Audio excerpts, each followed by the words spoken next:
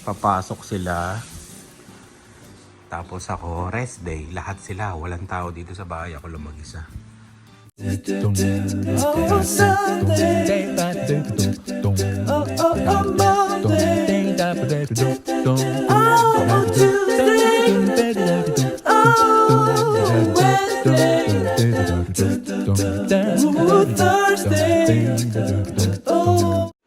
Hindi ko napigilan. Tikman natin. Yun, no? Oo. Parang wala lang talaga. Parang wala lang. Pacham na spaghetti. Tanan. Yun, no? May style pa, syempre. May style yan, eh. Oo. May cheese dyan. Kain tayo. Good morning sa inyo. Kain. Malamang yan. Baka spaghetti sabihin nila o kaya ano. Kanin. Kain. Iatid ko na sana si Lani. Maaga pa naman. Kaya kain muna tayo. Ito yung gusto ko sa spaghetti. Yung parang alam mo lang. Yung spaghetti na yung sa kinakainan natin nung baka hindi nyo na naabutan nung mga 1990s, mga 92, mga ganyan. Yung spaghetti lang sa tabi ng school, tapos yung naka-plastic siya, tapos bubutasan mo yung dulo, tapos sisip-sipin mo yung spaghetti. Marami yun eh. Sopas, tapos lugaw na may itlog. Pagka walang itlog, mas mura. Pag may itlog, ano yun, special. Ayan. Yun yung mga pagkain sa elementary dati sa amin. Hapon. Yung mga local na ganito, na spaghetti, may ketchup. Diba? Kumbaga parang nagtitipid sa tomato sauce. Ketchup yung hinahalo.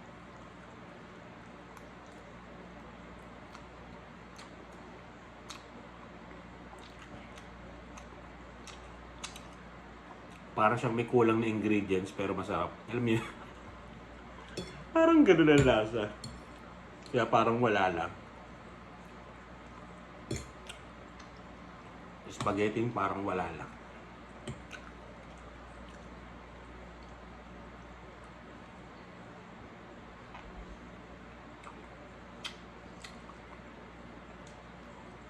Tap, parang bumabalik yung nung unang panahon.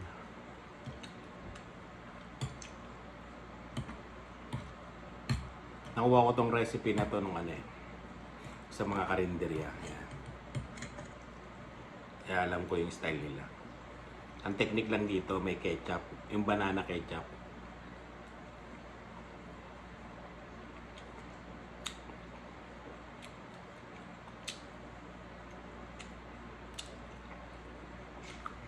Mamaya pupunta ako. Ang dami kong gagawin ngayon Ihatid ko yung sa Amazon.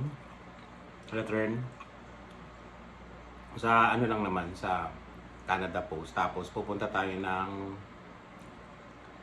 Toyota. Magpapa-inspection para sa Uber. Kasi yearly yung inspection nun.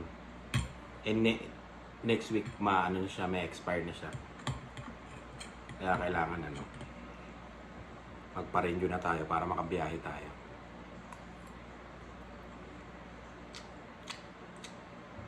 Kain muna ako. Tapos maya nilang ulit. Ang unang task natin, ihatid si Lani.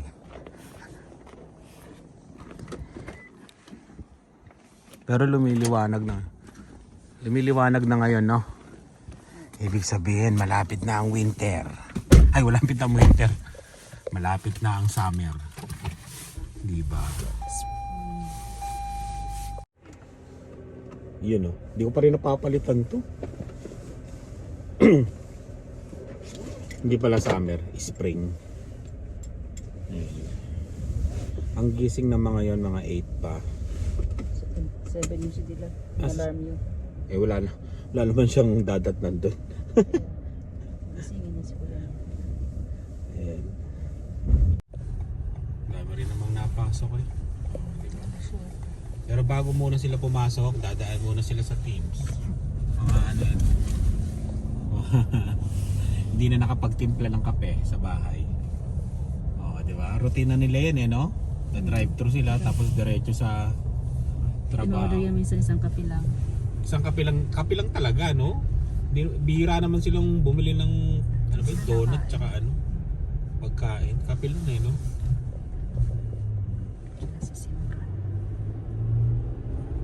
Tapos may mga tambay na matanda doon. Ganun lang ang buhay dito. Tambay lang. Uy, may mga trabaho mga yan. Ay, yung mga matatanda? Matatanda. Yung isang matanda dyan sa Home Depot yun. Oo, pero tumatambay pa sila, no? Tambay sila. Galing, no? Pasok sila ng midnight. Chika-chika muna, no? Okay. Have a good one. Oh, Canadian. Have a good one. Ayun. Tapos ito, babalik tayo sa bahay. Hintayin magising yung tatlo. Tapos ihatid natin si Lian. Tapos yung dalawa, hindi na kasi nagpapahatid yung dalawa. Ayan.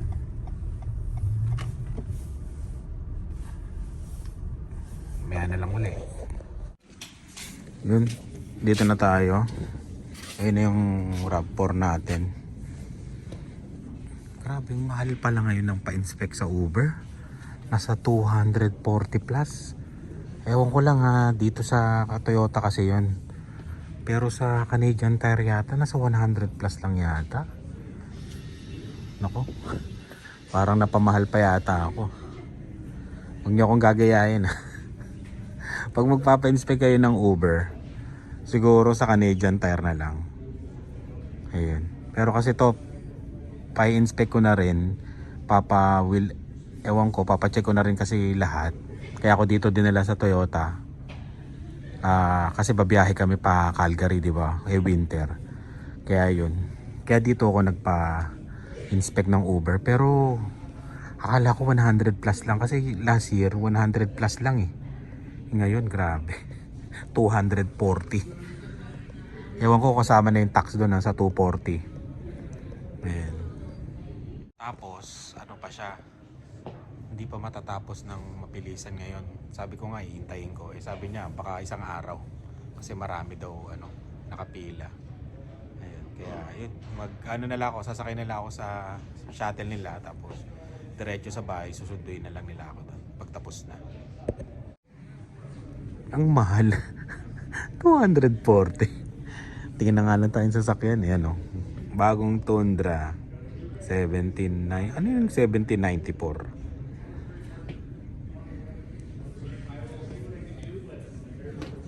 Grabe. Yun top of the line to. Kulay brown eh. Basta top of the line, kulay brown yan. Grabe Pick up to Parang luxury na pick up no. Maganda yung legroom nyo. Ito maganda kung bibili ka rice. Alam mo na Tundra. Pang mayaman. Ganda ng leather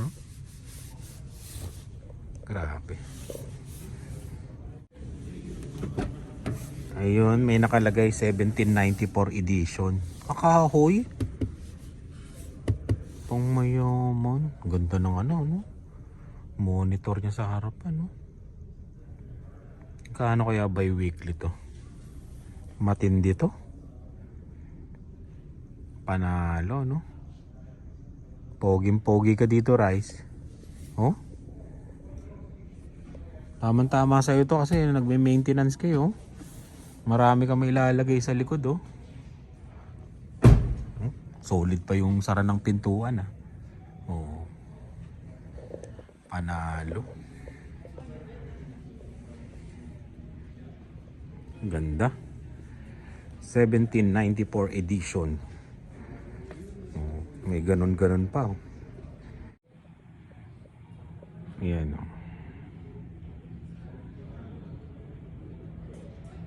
Forma, laki ng harapan.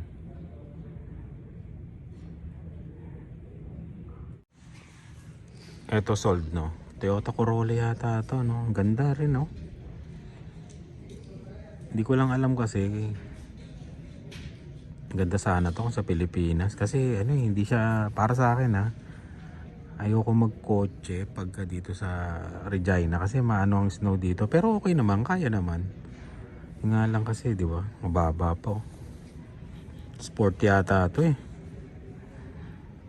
Oo, ganda rin ang interior nito. Sarado. Sold na kasi. Ano kayang Toyota to? Ang Camry. Kaya pala pogi. Toyota Camry SE. HEB. Yun.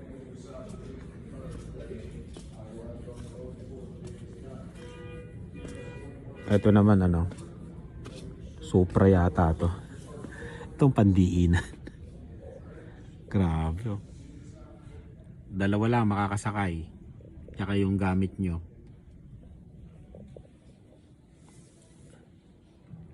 Gaano kaya kabilis to?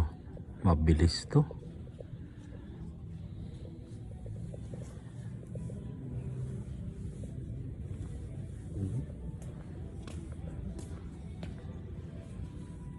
Forma, no?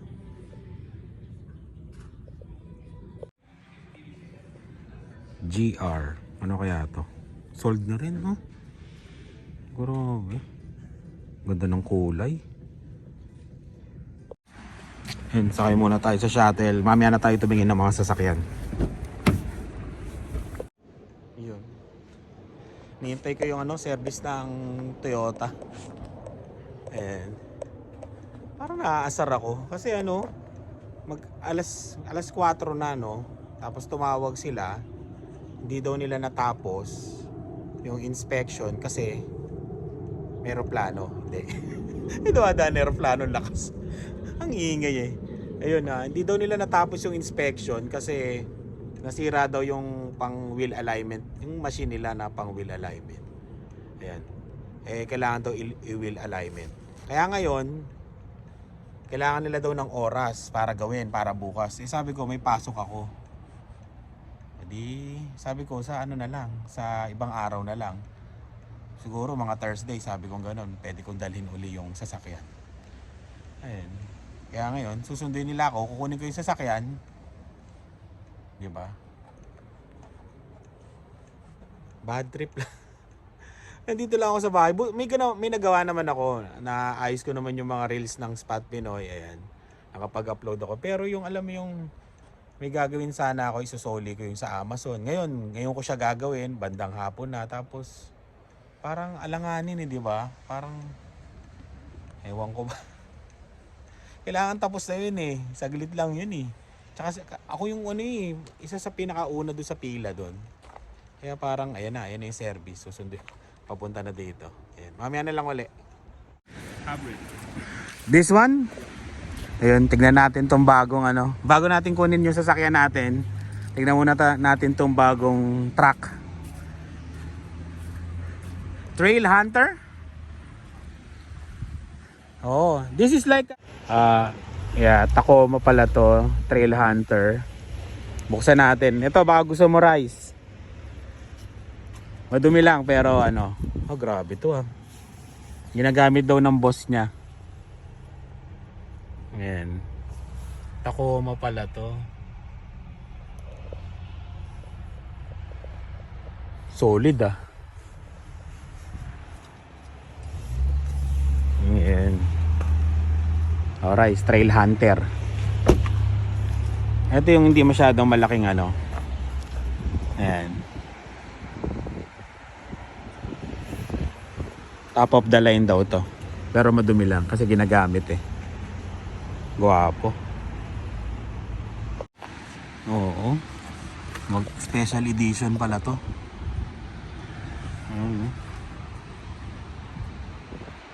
Hindi ka mababalahaw dito.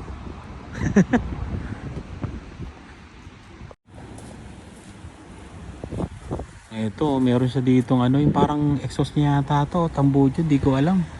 Ayan oh. Basta hindi napunta ng tubig, makaka-andar talaga siya, di ba? Malupit to, Rice. Ano mo na, message mo na ako, Rice. Pwede daw i-deliver to sa Quebec. Sabi nila. Pwede daw i-deliver to sa Quebec ha. Yung contact natin. Eh. O kaya ikaw ang pupunta pala dito, yon. Kung hindi nila may i-deliver kasi may bayad pag may delivery fee, di ba? Ikaw na lang pumunta dito, kunin mo to. Lupit, no? Off-road na off-road ang dating mo dito. Ito yung ano, yung double cab hybrid, yung tinignan natin na Trail Hunter.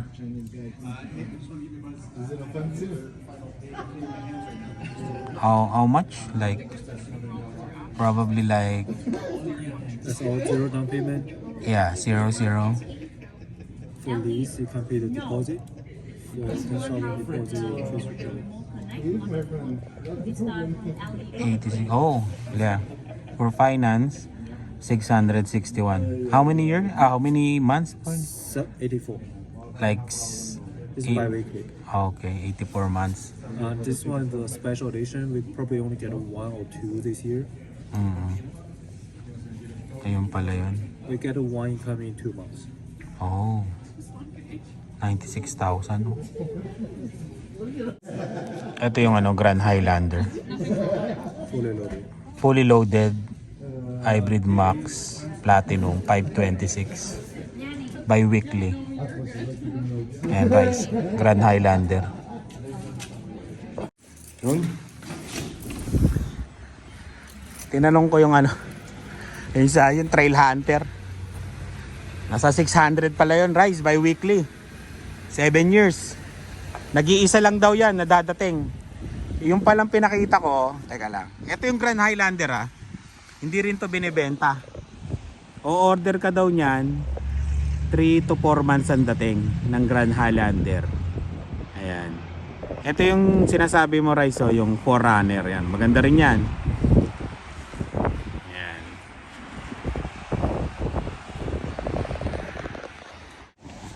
Yun.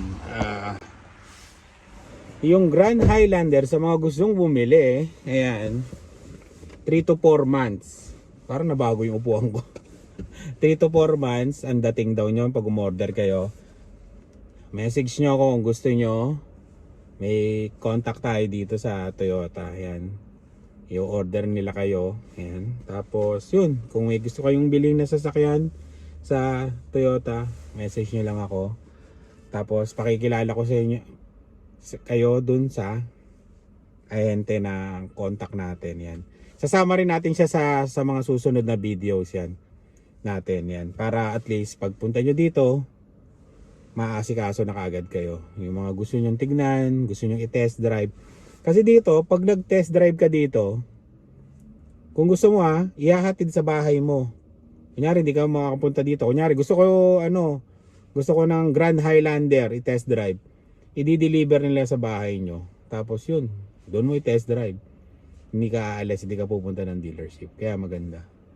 And kung gusto nyo, message nyo ako para pakilala ko kayo dito sa contact natin dito sa Toyota. Para makakuha din kayo ng discount. Yun. Tapos yun, 3 to 4 months na daw yung Grand Highlander pag in-order. Tapos yung pinakita natin, Rice, yung pinakita kong truck, baka nag-iisa lang daw yon, nag-iisa lang sa na i-deliver ngayon taon na to. Pag gusto mo, isa lang daw, baka isa lang yon. Yung palang pinakita ko, hindi daw binibenta kasi sa manager daw yon. Tapos ito ring Grand Highlander na to, tinanong ko kung ibinibenta, hindi din daw kasi wala daw silang maipapakita sa mga sa mga gustong bumili ng Grand Highlander kung ibebenta rin nila. Kailangan mo talagang umorder. Yun ang style talaga. Kailangan mo umorder. Tapos yun, ganun. Mahirap ang Toyota, talagang o-orderin mo pag brand new. Pero pag second hand, meron naman sila dito mga second hand yan. Meron na silang second hand na mga yung mga Sienna, ganun. Ayan. Tapos yun, babalik tayo dito sa Thursday para sa wheel alignment kasi nasira daw yung parang machine nila. Hindi hindi naman nila daw magagawa ngayon. Wala tayong magagawa doon. Binigyan nila ako ng free car wash. Binigyan nila akong free car wash. Tapos yun, ano ba?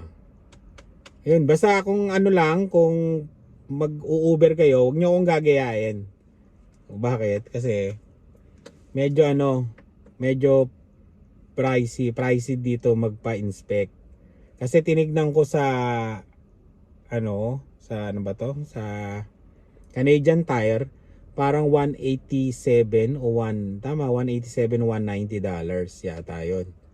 Eh dito kasi nasa 240 yung sabi sa akin eh. Ayun, kaya medyo mahal, 'di ba? $50 mas mataas.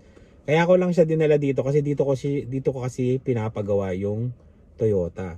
Tignan nyo, may nakita siya na sa wheel alignment. Ayun, kaya alam ko na kung may makikita, sila ang gagawa. Ayun. Medyo pricey pero kampante lang ako kasi nasanay lang ako na dito dalhin talaga sa Toyota. At wala pa tayong masyadong contact na mga mekaniko dito sa Regina. Kung meron lalapit, merong magpapakilala, bakit hindi, di ba? Pwede natin subukan yung mga Pilipino na mekaniko dito na, yung may mga talyer talaga dito sa Regina. Pero sa ngayon, kampante ako dito sa Toyota dealership yan. Yan. Tapos, basta huwag nyo akong gayahin sa ganung style kasi mapapamahal kayo talaga. Tingnan mo, $50. Pero ang lang naman doon, may ibabawas mo na naman kasi sa Uber yun eh. Kunyari, gumastos ako ng $240 para sa inspection plus $155 yata for wheel alignment. Di almost $240, $295. Kulang-kulang $400. Yun naman, pwede mo naman ibawas sa Uber yon. Kumbaga ibabawas nila yon sa mga expenses mo sa Uber. Kasi yung Uber, business kasi, di ba? Kaya okay lang din. Ganon. Okay lang din naman kasi may ibabawas din naman sa Uber sa expenses. Inulit ko lang. Kaya yun, yun, kung gusto mo rice, ayan na kasi kausap ko lang siya nung isang araw, nag-live kami. Kung sabi ko truck, diba? O di yan, kung gusto mo truck. Kaya truck lang muna pinakita natin. Ayan. Tapos, sabi ni Lani, may Grand Highlander daw dito, diba? Yung sa vlog. Pero wala naman, loko naman ako. Baka yung tingin niya,